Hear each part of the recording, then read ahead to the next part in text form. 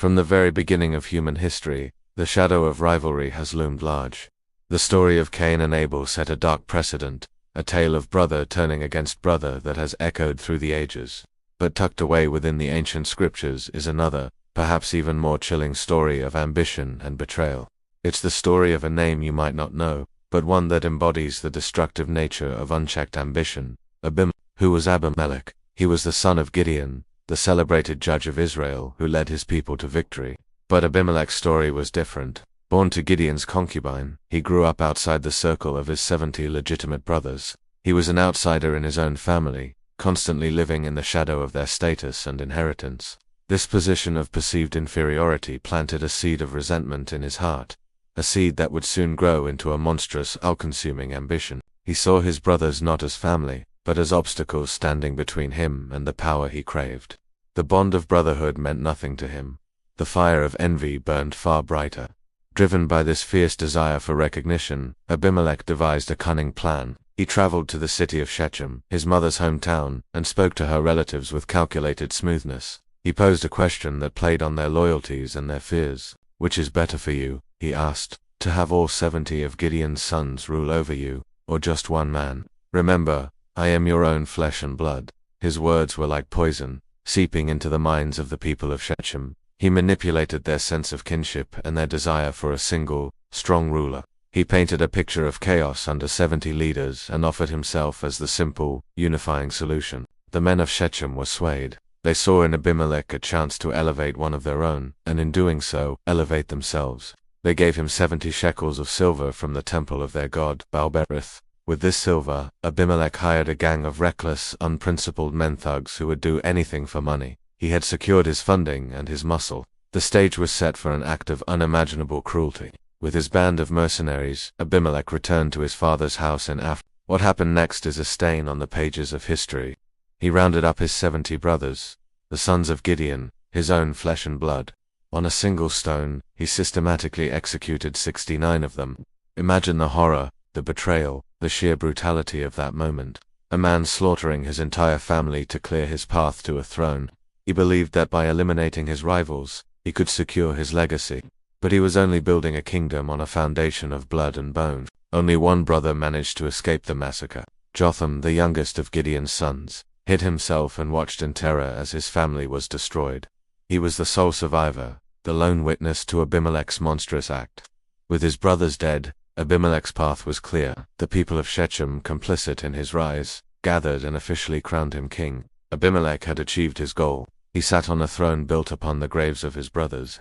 For 3 years, Abimelech ruled as king over Israel. 3 years propped up by fear and haunted by the ghosts of his past. From the outside, he was a king. He had the power, the title, the authority he had so desperately craved. But a reign founded on such evil cannot last.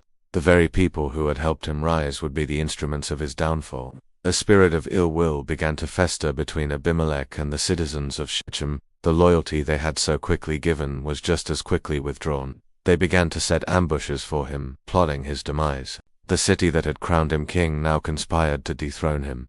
The betrayal had come full circle. The rebellion was led by a man named Goel. He openly defied Abimelech, mocking his authority and rallying the people of Shechem against him. The conflict escalated into open warfare. Abimelech, a skilled warrior like his father, fought back with ruthless efficiency. He captured the city of Shechem, destroyed it, and sowed it with salt, a symbolic act to ensure nothing would ever grow there again. He pursued the remaining conspirators to a stronghold, the Tower of Shechem. He and his men cut down branches, piled them against the tower, and set them on fire.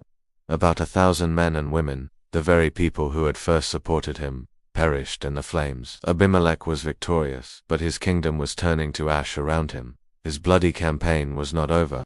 He then marched on the city of Thebes. He captured the city, and its people fled to a strong tower in the center. Abimelech, repeating his brutal tactic, prepared to burn this tower as well. He approached the tower's base, ready to set it alight. But as he looked up, a woman on the tower wall took her chance. She dropped a single upper millstone directly on his head, crushing his skull. In his final moments, his pride was all he had left. Mortally wounded, he called to his armor-bearer. "Draw your sword and kill me," he gasped, "so they can't say, a woman killed him." His armor-bearer obeyed. And so ended the tragic, bloody reign of Abimelech. The story of Abimelech is more than just an ancient tale of violence. It's a profound and timeless warning. It's a story about the corrosive nature of ambition when it's divorced from morality. Abimelech wanted to rule over others, yet he never learned to rule his own heart. His envy, his insecurity, and his hunger for power were the real tyrants in his life. He sacrificed everything that should have been sacred: family, loyalty, humanity, for a fleeting taste of glory.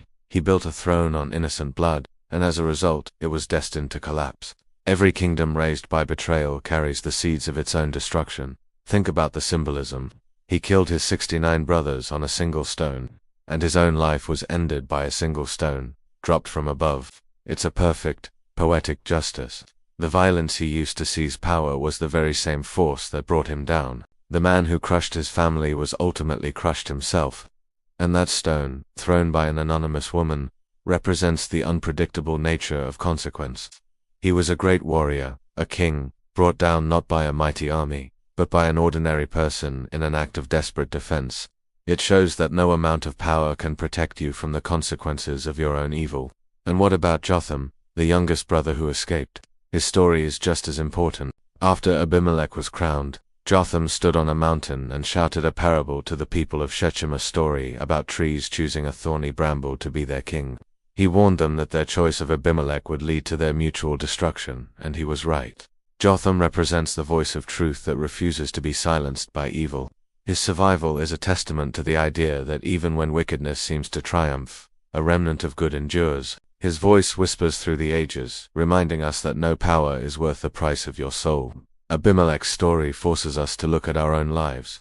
How often do we, in smaller ways, sacrifice what truly matters for a temporary gain? How often do we let envy or insecurity drive us to tear others down in order to build ourselves up? Abimelech believed his enemies were his brothers, the ones who stood in his way. But his true enemy was the man he saw in the mirror. He was at war with his own ambition, his own hatred, his own emptiness. He won the throne, but he lost himself completely. His legacy is not one of strength, but a cautionary tale about the ultimate weakness of a heart consumed by darkness. No crown can fix a broken soul. Thank you for watching. If this story resonated with you, please like, share, and subscribe for more deep dives into the stories that have shaped our world. Let me know your thoughts in the comments below.